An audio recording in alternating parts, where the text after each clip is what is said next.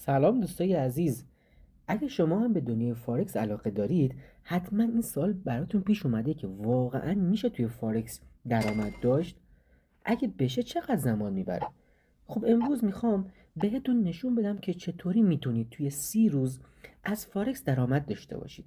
البته این یه مسیر ساده نیستا، ولی اگه طبق یه برنامه پیش برید حتما نتایجش رو میبینید. بخش اول اینه که واقعیت رو باید بپذیریم.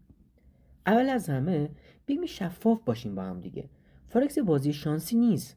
شما نمیتونید با یک کلیک پولدار بشید. اگه این دیدگاه رو دارید، بهتر وقتتون رو تلف نکنید. اما اگه آماده اید که یاد بگیرید و تلاش کنید، این مسیر میتونه براتون یه تغییر اساسی ایجاد کنه. بخش دوم، یه برنامه 30 روزه ما باید استارتشو بزنیم. حالا برنامه چیه؟ هفته اول یادگیری اصوله. این هفته فقط و فقط باید وقتتون رو بذارید روی یادگیری اینکه فارکس چیه.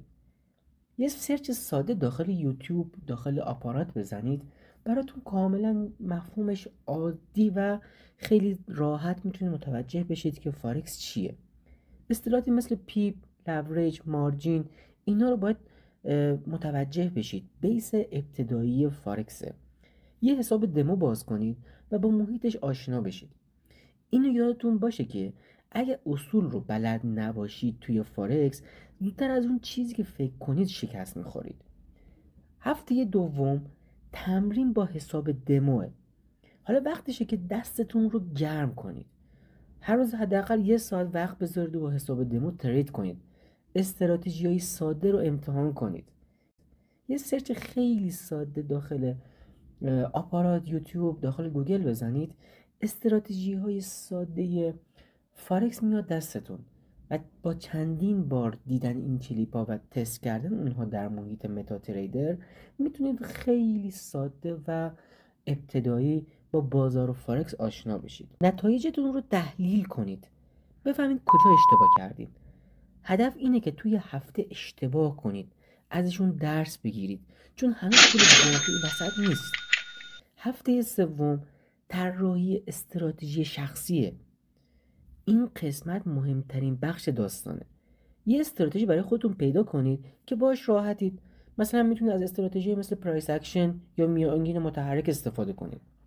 قوانین ورود و خروج رو مشخص کنید. توی دمو این استراتژی رو تست و آزمایشش کنید. هفته چهارم شروع حساب واقعی.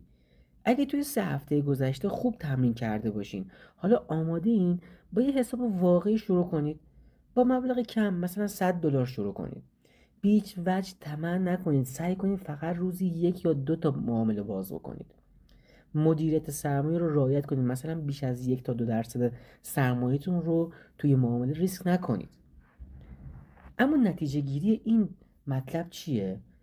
اینه که ما اومدیم توی 30 روز میخوایم متوجه بشیم که میتونیم پولدار بشیم یا نه.